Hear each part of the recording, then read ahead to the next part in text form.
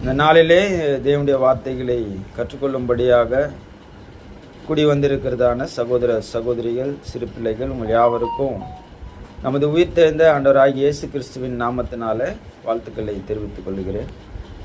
நாளில் நம்ம படிக்க போகிற பாடம் எல்லாருக்குமே தெரிந்த ஒரு பாடம் தான்.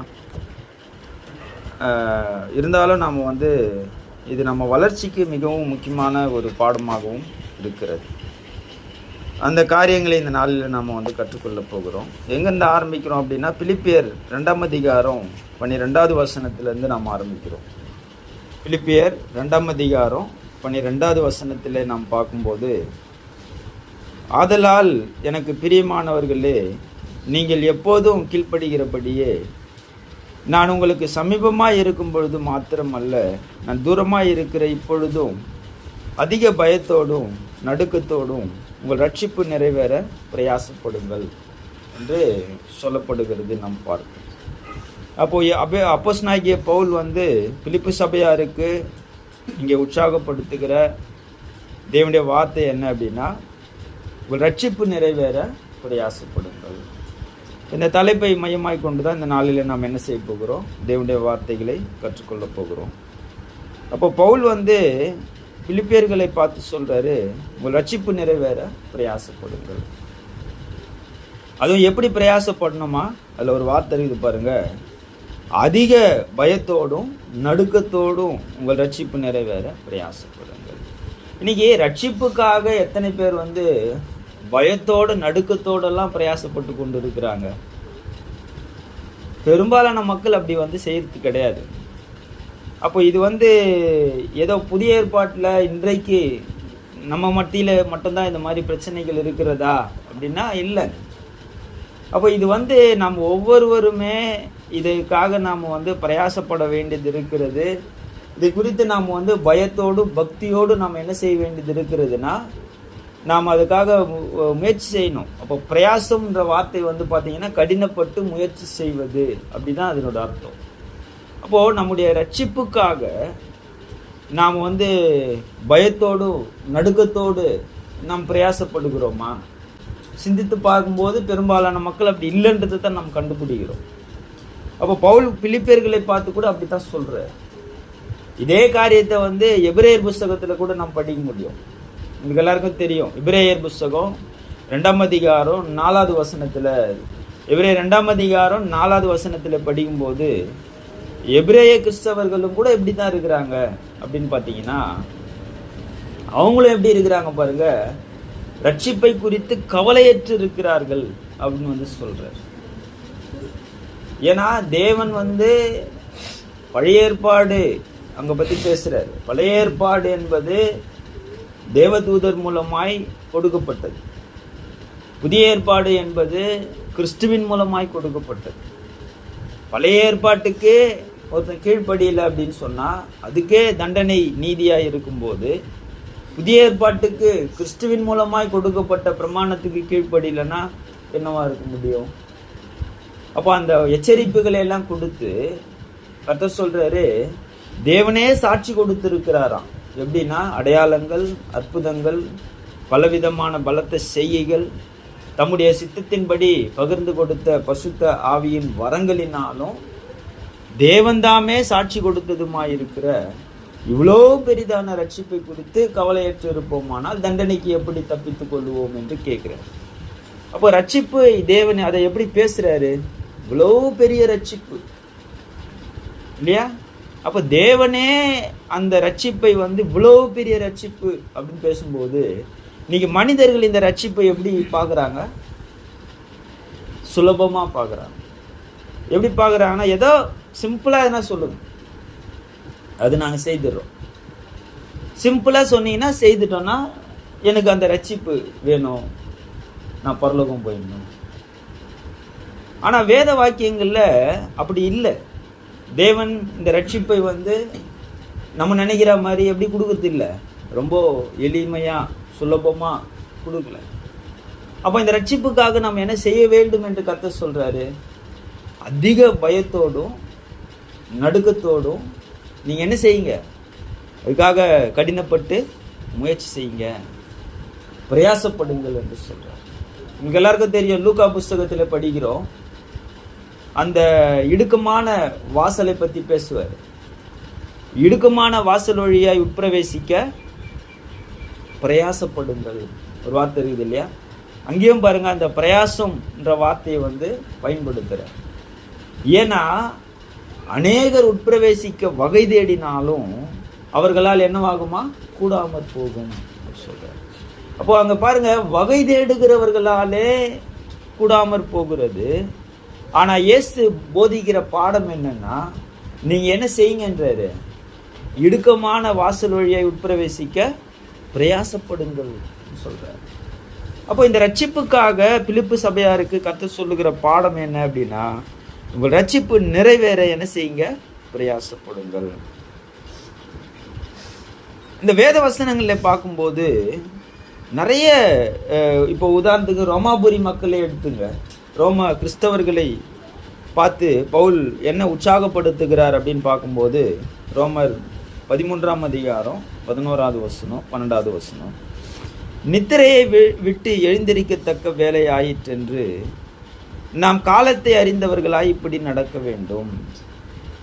நாம் விசுவாசிகள் ஆன போது ரட்சிப்பு சமீபமாய் இருந்ததை பார்க்கிலும் இப்போது அது நமக்கு அதிக சமீபமாய் இருக்கிறது. இரவு சென்று போயிற்று, பகல் சமீபமாயிற்று. ஆகையால் அந்தகாரத்தின் கிரியைகளை நாம் தள்ளிவிட்டு ஒளியின் ஆயுதங்களை தரித்து கொள்ள கடவோம் என்று சொல்றார். அப்போ ரோமாபுரி கிறிஸ்தவர்களை பவுல் என்ன செய்து கொண்டிருக்கிறார்? இங்க அவங்கள எழுப்பி விடுறாரு. நீங்க எழுந்துறீங்க. எப்படி பேசுறாரு பாருங்க, ரட்சிப்பு சமீபமாய் இருக்கிறதா இல்லையா? நீங்க காலத்தை அறிந்தவர்களாய் நடக்கணும்ன்றார். நித்திரையை விட்டு எழுந்திரீங்கன்றார். அப்போ ரோமாபுரியில் இருக்கிறவங்க என்ன செய்து கொண்டு இருக்கிறாங்க? நித்திரை செய்து கொண்டு இருக்கு. நித்திரைன்னா தூக்கம். தூங்கின்னு இருக்கிறாங்க. தூங்கின்னு இருக்கிறவங்கள பார்த்து நீங்க என்ன செய்யுங்க? எழுந்திரீங்க. வேலை சமீபமாயிடுச்சு இல்லையா? நீங்க விசுவாசிகள் ஆன போது ரட்சிப்பு சமீபமாய் இருந்ததை பார்க்கிலும் இப்போது அதிக சமீபமாய் இருக்கிறது. அப்போ என்ன செய்யறாரு? இந்த ரோமாபுரி கிறிஸ்தவர்களை, தூங்குறவங்களை எழுப்பி விடுறாரு. அப்போ ஒரு ஊழியக்கார வேலை அது கூட தான் போல. அது பூமிக்குரிய வகையில அவங்க தூங்கல. இவங்க எப்படி தூங்கிட்டு இருக்கிறாங்க? ஆவிக்குரிய வகையில ரட்சிப்பு சம்பந்தமாக வரும்போது இவங்க எப்படி இருக்கிறாங்க?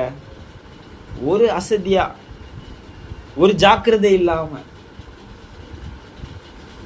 ஒரு விழிப்பு இல்லாம நித்திரை செய்து கொண்டு இருக்கிறாங்க. அப்போ இந்த சபையாரை பவுல் என்ன செய்ய வேண்டியது இருக்குது? நீங்க எழுந்திரீங்க. அப்போ கர்த்தருடைய வேலையை என்ன செய்யுங்க? கர்த்தருக்காக, உங்களுடைய ரட்சிப்புக்காக நீங்க என்ன செய்யுங்க? பிரயாசப்படுங்க சொல்றாரு பாருங்க. இரவு சென்று போயிற்று, பகல் சமீபம் ஆயிற்று. அப்படின்னா என்ன அர்த்தம்? தூங்குற நேரம் முடிஞ்சிச்சு, பகல் வந்துருச்சு. நீங்க என்ன செய்யுங்க? இந்த அந்தகாரத்தின் கிரியைகளை எல்லாம் தள்ளி விட்டு ஒளியின் ஆயுதங்களை எழுப்பி விடுற மாதிரி தெரியுதுங்களா உங்களுக்கு? பாருங்க, அதைத்தான் இன்னைக்கு நம்ம செய்ய முயற்சி செய்யறோம் இல்லைங்களா? தன்னுடைய பிள்ளைகளை தேவன் என்ன செய்ய முயற்சி செய்யறாரு பாருங்க. ரட்சிப்பு சமீபமா இருக்கிறது. நீங்க என்ன செய்யுங்க? விழித்து கொண்டு அந்த வேலையை செய்யும்படி என்ன செய்யுங்க? பிரயாசப்படுங்க சொல்ற. இது ஏதோ ரோமாபுரிக்கு மட்டுமல்ல, தெசலோனிக்கேயர்களை குறித்து கூட நாம் படிக்கும்போது பாருங்க. 1 தெசலோனிக்கேயர் புஸ்தகம் 5ஆம் அதிகாரத்தில் போய் கொஞ்சம் படிக்கும்போது, 1 தெசலோனிக்கேயர் புஸ்தகம் 5ஆம் அதிகாரம் 5-6 வசனங்களில் படிக்கிறோம். நீங்கள் எல்லாரும் வெளிச்சத்தின் பிள்ளைகளும் பகலின் பிள்ளைகளுமாய் இருக்கிறீர்கள். நாம் இரவுக்கும் இருளுக்கும் உள்ளானவர்கள் அல்லவே. ஆகையால் மற்றவர்கள் தூங்குகிறது போல நாம் தூங்காமல் விழித்து கொண்டு தெளிந்தவர்களாய் இருக்க கடவோம். அப்போ பவுல் தெசலோனிக்கே சபையாரை பார்த்து சொல்றாரு, இங்கேயும் பாருங்க, நீங்கள் எல்லாரும் வெளிச்சத்தின் பிள்ளைகளும் பகலின் பிள்ளைகளுமாய் இருக்கிறீர்கள். இரவுக்கும் இருளுக்கும் உள்ளானவர்கள் அல்லவே. ஆகையால் மற்றவர்கள் தூங்குகிறது போல நீங்க தூங்காம என்ன செய்யுங்க? விழித்து கொண்டு தெளிந்தவர்களாயிருங்கள். அப்ப இவங்க தெளிந்தவர்களாய் இருக்கணும். தூங்கும்போது எவ்வளவு தெளிவா இருப்போம்? தூங்கும்போது எவ்வளவு தெளிவா இருப்போம்? சில பேர் அடிச்சு தட்டினா கூட தெரியாது, அப்படி தூங்குறவங்க கூட இருக்கிறாங்க. தூங்கும்போது நம்ம விழிப்பா இருக்க முடியாதுல்ல. அப்போ நீங்க என்ன செய்யுங்க, விழித்து கொண்டு எப்படி இருங்கன்றாரு, தெளிவுள்ளவர்களாக. அப்போ ஆவிக்குரிய காரியங்கள் என்று வரும்போது இல்லையா, ரட்சிப்புக்குரிய காரியங்கள் என்று வரும்போது இன்னைக்கு மக்கள் மத்தியில் நம்ம எதை தான் பார்க்குறோம்னா, ஒரு ஒரு அஜாக்கிரதையை நாம் கண்டுபிடிக்கிறோம். கவலை இல்லாமல் இருக்கிறாங்க, அதை பற்றியெல்லாம் கவலை கிடையாது. அப்போ என்ன செய்து கொண்டு இருக்கிறாங்க, ஒரு விழிப்போடு இல்லை. அப்போ இந்த மக்களை இதை இன்னைக்கு மட்டும் இல்லை, அன்னைக்கும் அப்படித்தான் இருக்குது. அவங்கள அவர் எழுப்பி விடுறாரு, நீங்க என்ன செய்யுங்க, நீங்க தெளிந்த புத்தி உள்ளவர்களா இருங்க, நீங்க விழித்து கொண்டு இருங்கள் என்று தெசலோனிக்கேயர்களை கூட அவர் சொல்லுகிறதை நாம் பார்க்கிறோம். கொரிந்து சபையில எப்படி இருக்கிறாங்க, அவங்களும் எப்படி இருக்கிறாங்கன்னு கொஞ்சம் பாருங்க. 1 கொரிந்தியர் புஸ்தகம் 9ஆம் அதிகாரம் 24 26 வரைக்கும் படிக்கும்போது, 1 கொரிந்தியர் 9ஆம் அதிகாரம் 24 26 வசனங்கள். பந்தய சாலையில் ஓடுகிறவர்கள் எல்லாரும் ஓடுவார்கள், ஆகிலும் ஒருவனே பந்தயத்தை பெறுவான் என்று அறியீர்களா? நீங்க பெற்றுக்கொள்ளத்தக்கதாக ஓடுங்கள். பந்தயத்திற்கு போராடுகிற யாவரும் எல்லாவற்றிலேயும் இச்சையடக்கமாய் இருப்பார்கள். அவர்கள் அழிவுள்ள கிரீடத்தை பெறும்படிக்கு அப்படி செய்கிறார்கள், நாமோ அழிவில்லாத கிரீடத்தை பெறும்படிக்கு அப்படி செய்கிறோம். அதலால் நான் நிச்சயம் இல்லாதவனாக ஓடேன், ஆகாயத்தை அடிக்கிறவனாக சிலம்பம் பண்ணேன் என்று சொல்ல. அப்ப கொரிந்தியர்கள் என்ன செய்து கொண்டு இருக்கிறாங்க, இங்க இந்த கிறிஸ்தவ வாழ்க்கையை அவர் ஒரு ஓட்டப்பந்து அப்படிதான் அவர் விவரிக்கிறார். அப்ப இந்த ஓட்டப்பந்தயத்துல ஓடுகிறவர்கள் எப்படி ஓடணும் சொல்றாரு. இந்த கொரிந்தியர்களை பார்த்து அவர் உற்சாகப்படுத்துகிற கருத்து என்னன்னா, நீங்கள் எப்படி ஓடுங்கன்றார்னா, பெற்றுக்கொள்ளத்தக்கதாக ஓடுங்கள்ன்றார். அப்போ இவங்க பெற்றுக்கொள்ளணும்னு ஓடுறாங்களா, இல்லை எல்லாரும் ஓடுறாங்களேன்னு ஓடுறாங்களா? அப்படி கூட இருக்குது இல்லையா, அப்படி கூட இருக்குது. சில பேர் பாருங்க, ஸ்கூலில் நாங்கள் படிக்கிறோம், நாங்கள் படிக்கும் போதெல்லாம் சில காம்படிஷனுக்கு பேர் கொடுங்கன்னுவாங்க. ஏதாச்சும் காம்படிஷன் இருக்கும். இப்போ ரன்னிங் ரேஸ் இருக்கலாம், இந்த 100 மீட்டர்ஸு, 200 மீட்டர்ஸு, 400 மீட்டர்ஸ் எல்லாம் இருக்குது. இந்த ரன்னிங் ரேஸுக்கெல்லாம் பார்ட்டிசிபேட் பண்ணுறவங்க பேர் கொடுங்கன்னுவாங்க. இதில் பார்த்தீங்கன்னா ரொம்ப ஒரு சில பேர் என்ன பண்ணுவாங்க, ஐயோ அவன் குத்துட்டானே, இவன் குத்துட்டானே, இவன் ஓடுறானே, அவன் ஓடுறானே, நானும் ஓடுறேன், பேரை குத்துற வேண்டியது.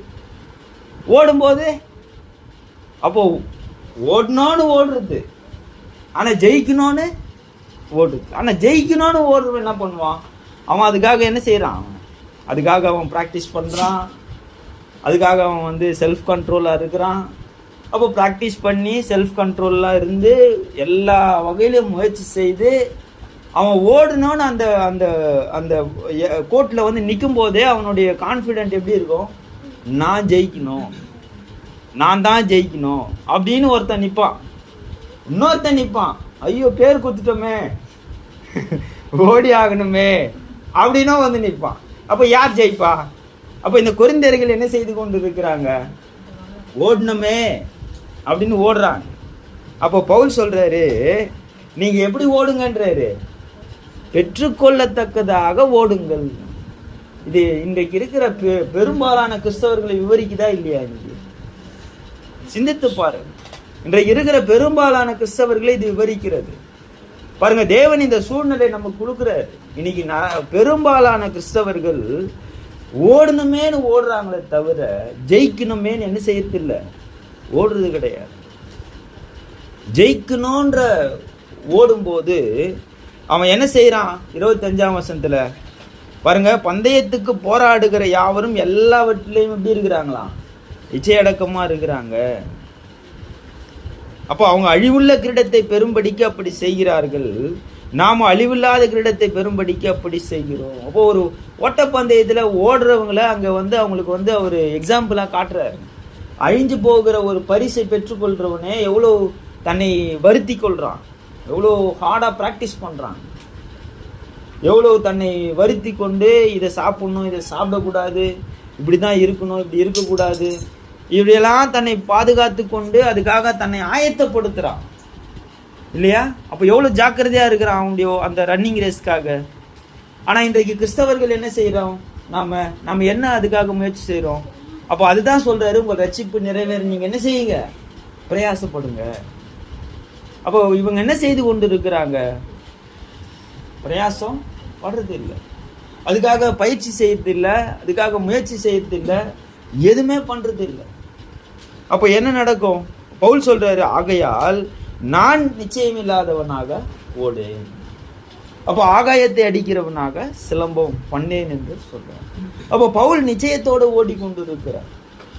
அவர் ஏதோ ஆகாயத்தை அடிக்கிறவனாக அவர் சிலம்பம் பண்ணல. அப்போ பவுலோட குறிக்கோள் என்ன? என்னைய பாருங்க, நான் ஏதோ ஓடணும்னு ஓடின்னு இருக்கிறேனா, ஜெயிக்கணுன்றதுக்காக ஓடுறேனா, இல்லை சும்மா ஓடின்னு இருக்கிறேனான்னு பாருங்கன்ற. அப்போ பவுல் என்ன செய்து கொண்டு இருக்கிறார்? நிச்சயத்தோட ஓடுற இல்லையா? ஆகாயத்தை அடிக்கிறவராக அவர் என்ன செய்யல? சிலம்பம் பண்ணவில்லை என்று நாம் பார்க்கிறோம். சரி, அப்படின்னா இப்போ நம்ம இப்போதான் நம்ம அந்த பிரசங்கத்தில் மிக முக்கியமான பகுதிக்கு வரோம்.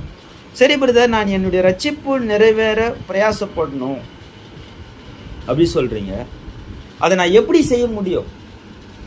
இன்னைக்கு அதில் நம்ம கற்றுக்கொள்ள வேண்டியது அவசியமா இருக்குது இல்லையா? நான் ரட்சிப்பு நிறைவேற பிரயாசப்படணும். சரி பிரதர், நான் இப்படிதான் இருக்கிறேன், கொரிந்தியர்களை போல தான் இருக்கிறேன், இல்லை ரோமாபுரி மக்களை போல நான் அசதியாக தான் இருக்கிறேன்.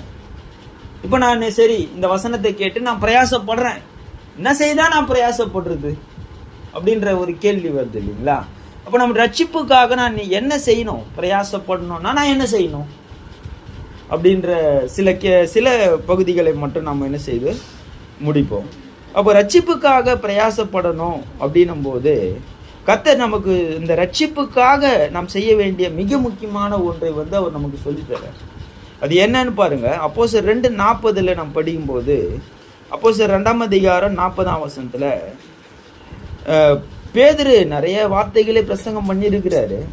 ஆனா மிக முக்கியமான ஒரு அடிப்படையான ஒரு சத்தியத்தை பேதுரு மூலமாக தேவன் நமக்கு கொடுக்கிறார். என்னன்னு பாருங்க. அப்போஸ்தலர் 2:40 இன்னும் அநேக வார்த்தைகளினாலும் சாட்சி கூறி மாறுபாடுள்ள இந்த சந்ததியை விட்டு விலகி உங்களை ரட்சித்துக் கொள்ளுங்கள் என்று புத்தி சொன்னான். அப்போ இங்க ரட்சித்துக் கொள்ளுவதற்கு இல்லையா, நாம் நம்மை ரட்சித்துக் கொள்ளணும் அப்படின்னு சொன்னா நாம் செய்ய வேண்டிய மிக முக்கியமான ஒன்று என்னவாக இருக்கிறது? இந்த வசனத்துல இதைத்தான் செய்யணும், அடிப்படையே இதுதான். அப்ப கர்த்தர் சொல்றாரு, மாறுபாடுள்ள இந்த சந்ததியை விட்டு விலகி நீங்க என்ன செய்யுங்க? உங்களை ரட்சித்துக் கொள்ளுங்கள் என்று சொல்ற.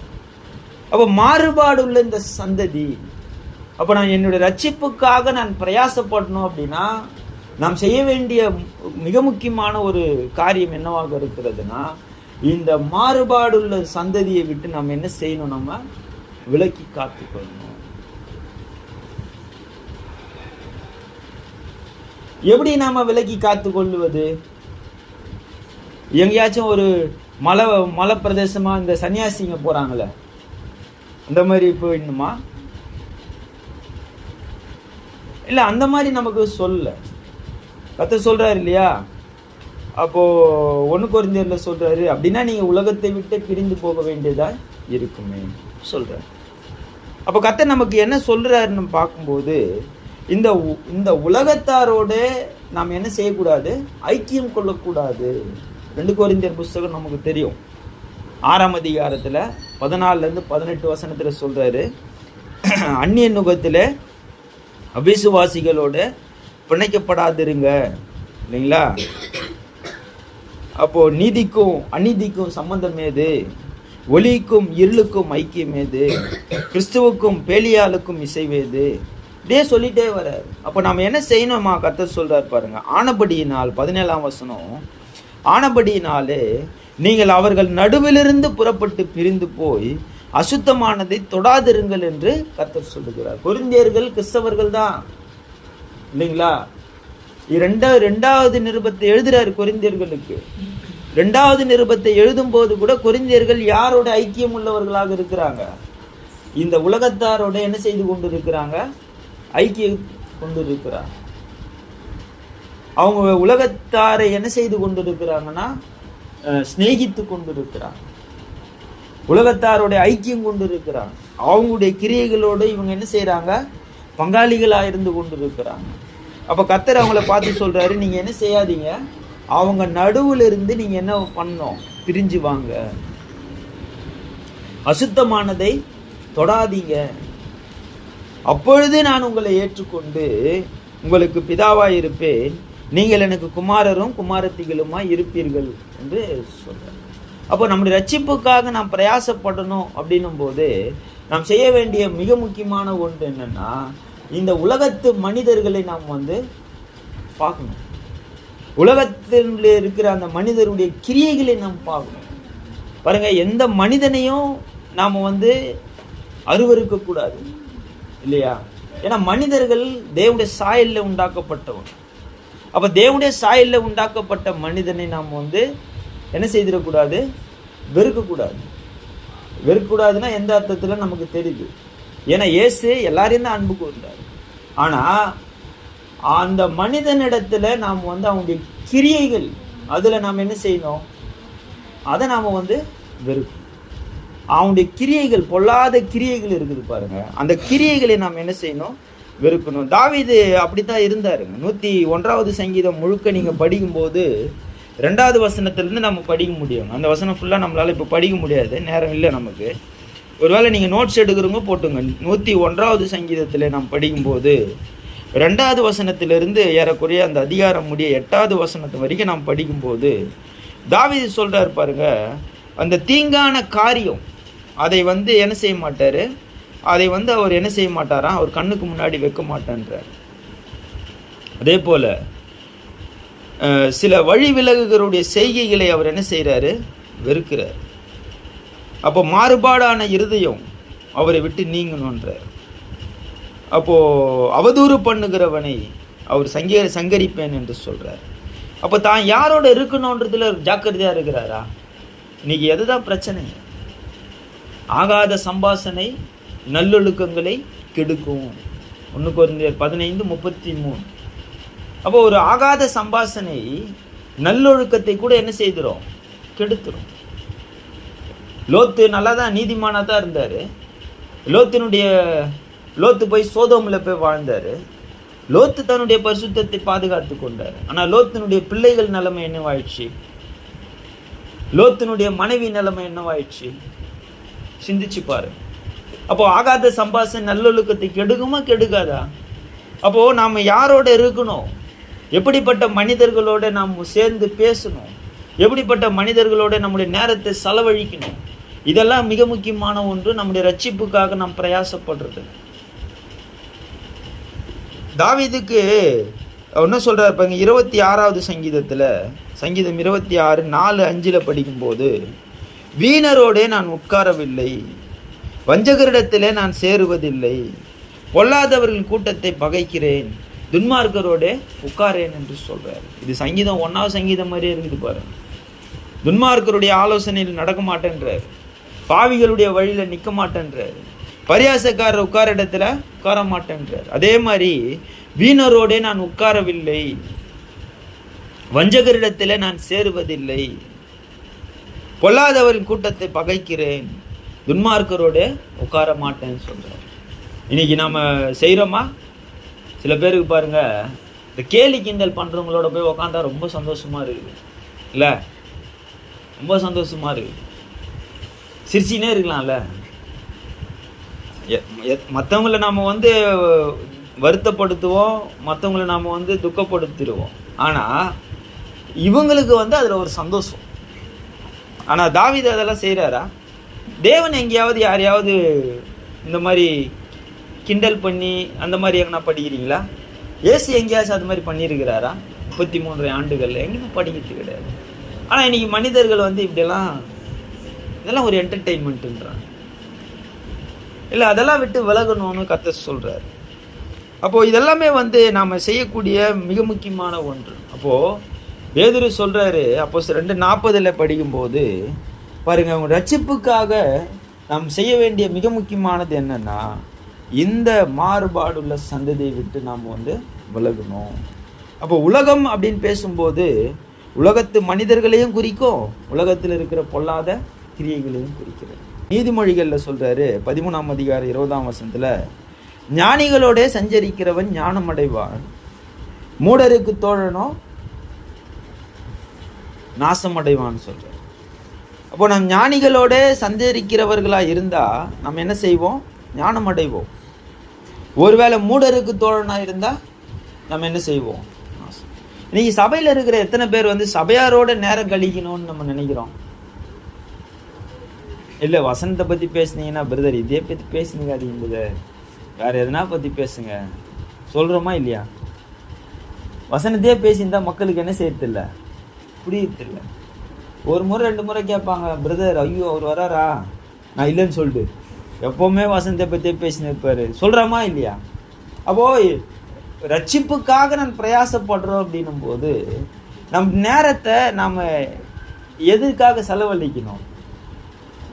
ஆனால் கேலி கிண்டல் பண்ணுறவங்களோட ரொம்ப நேரம் டைம் போகிறதே தெரிய மாட்டேங்குது இல்லையா? இந்த டிவி பெட்டி இருக்கட்டும், இந்த மொபைல் ஃபோன் இருக்கட்டும், இதெல்லாம் போய் முன்னாடி போய் உட்காந்தா நேரம் போகிறது தெரியுதா? ஒரு நாள் ஃபுல்லாக கூட நீங்கள் உட்காந்துன்னு இருக்கலாம். அப்போ இதெல்லாமே நம்ம என்ன செய்யுது? கெடுக்குது.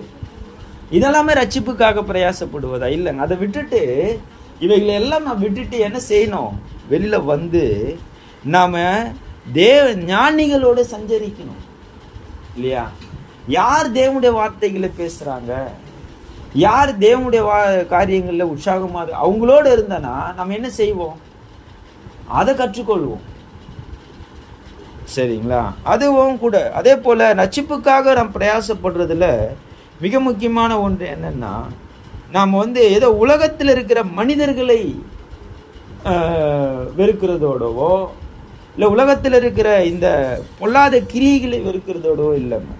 இந்த உலகத்தையே நாம் என்ன செய்ய வேண்டியது இருக்கிறது? விட்டு அந்த வெறுக்கணும்னு கர்த்தர் சொல்கிறார்.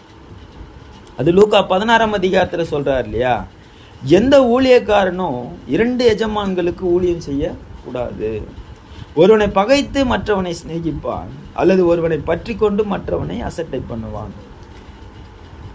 அப்போ தேவனுக்கும் உலகப் பொருளுக்கும் ஊழியம் செய்ய உங்களால் கூடாது என்று சொல்கிறார். அப்போ நம்ம என்ன செய்ய வேண்டியது இருக்கிறது? அப்போ நம்முடைய எஜமான் யார் என்பதை நாம் வந்து பார்க்கணும். இந்த உலகம் தாங்க நமக்கு மிகப்பெரிய சத்துருவாக இருக்கிறது.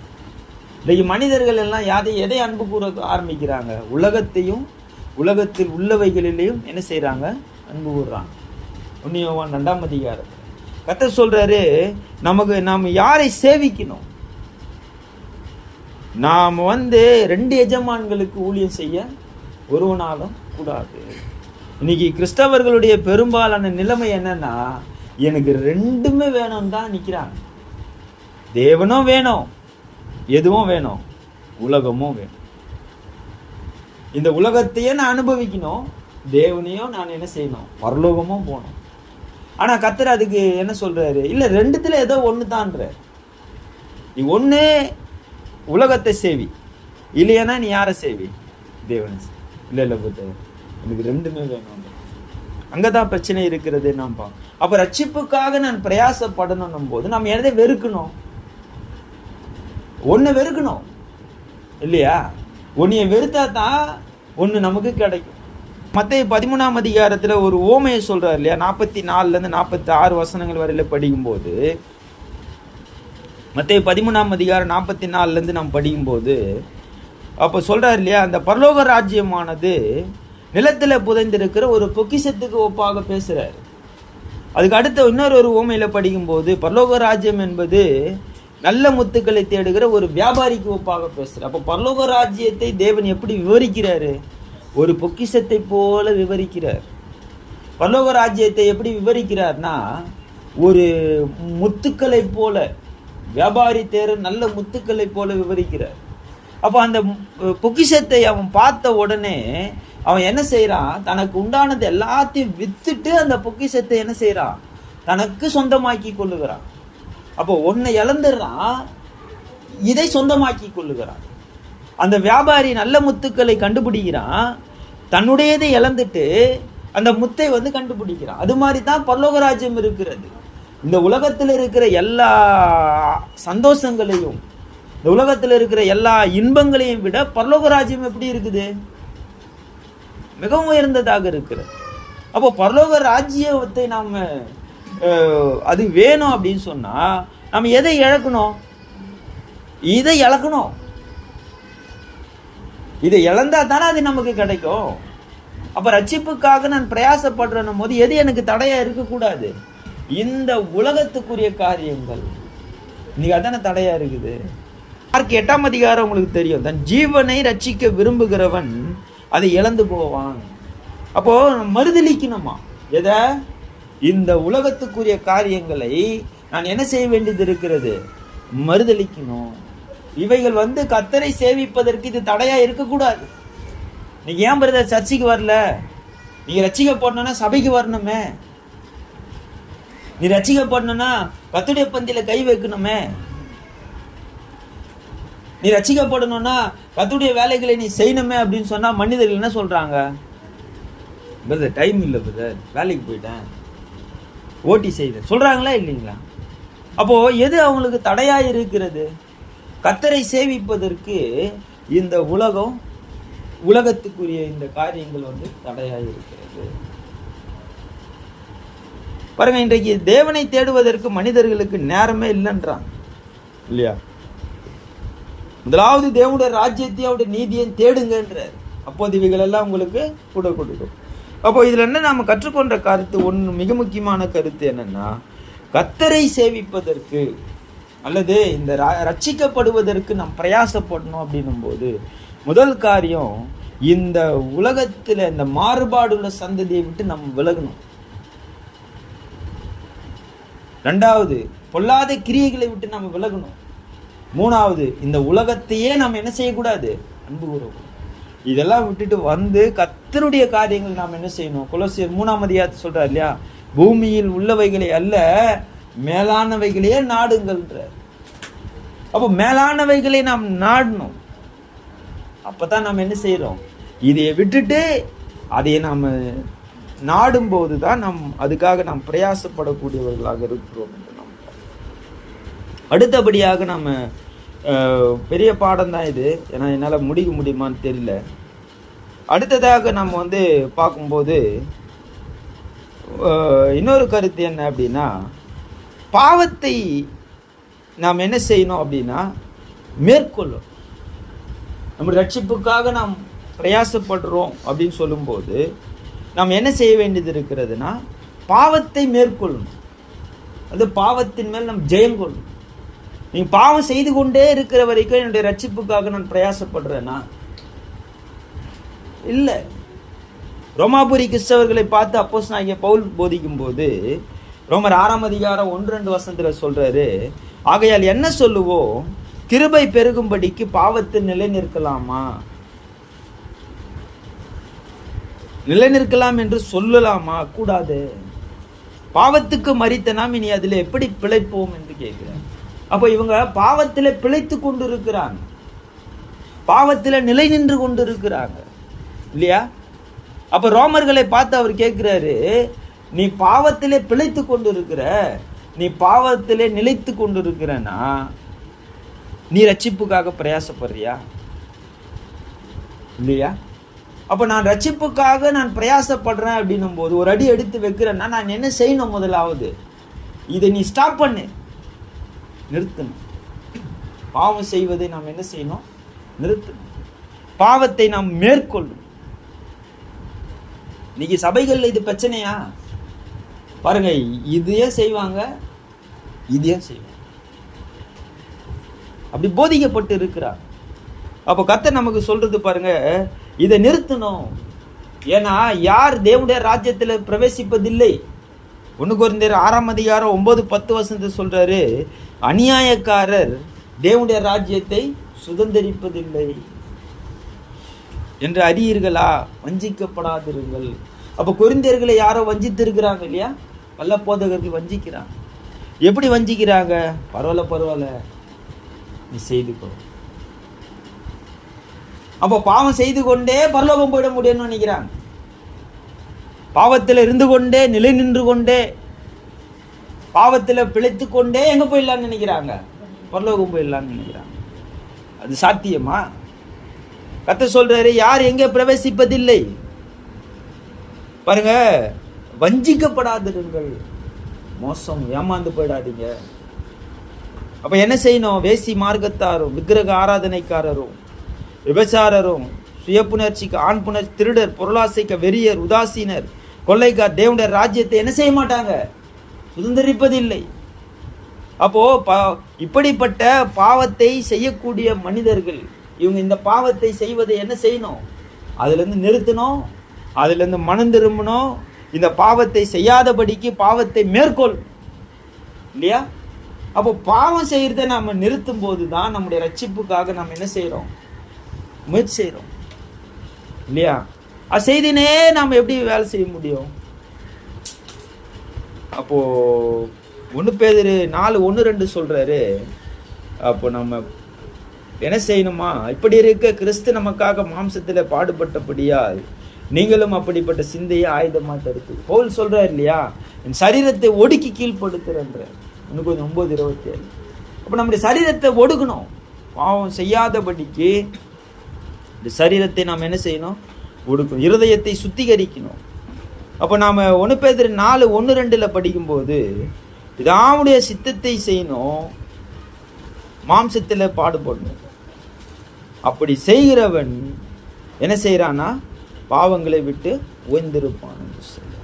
எப்பவுமே ஒன்று சொல்கிறேன், பாவம் செய்யும்போது நமக்கு நல்லா தான் இருக்கும் இல்லைங்களா? பாவம் செய்யும்போது ரொம்ப சுலபமாக செய்யலாம், நம்ம செய்யும்போது நமக்கு ஒரு இன்பமாக தான் இருக்கும். ஆனால் பாவத்துக்குன்னு ஒரு விளைவு ஒன்று இருக்குது, அது ரொம்ப மோசமானதாக இருக்கும். தேவனுடைய பிள்ளைகள் அதை குறித்து ரொம்ப ஜாக்கிரதையாக இருக்க வேண்டியது அவசியமாக இருக்கிறது. எப்பவுமே பாவம் செய்யும் போது ஈஸியா இருக்கலாம்,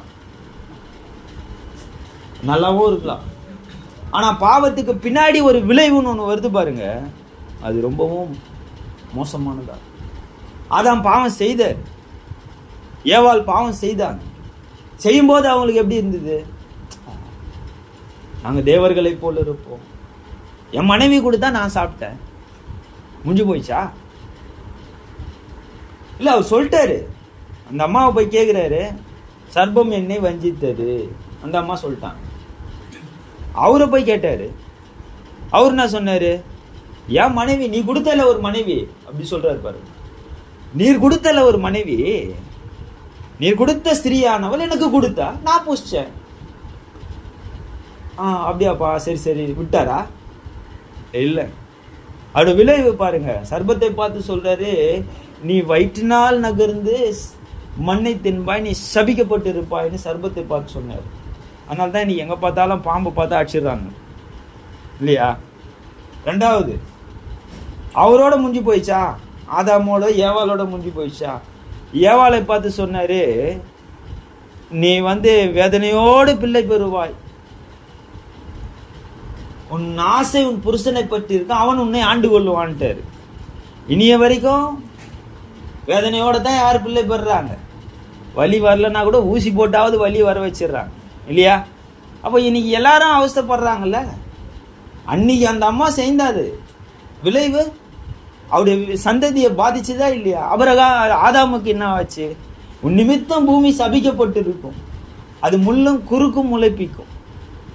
இன்னைக்கு எங்கேயாவது ஒரு ஒரு நெல் அதுவா முளைச்சி நீங்க பாக்குறீங்களா?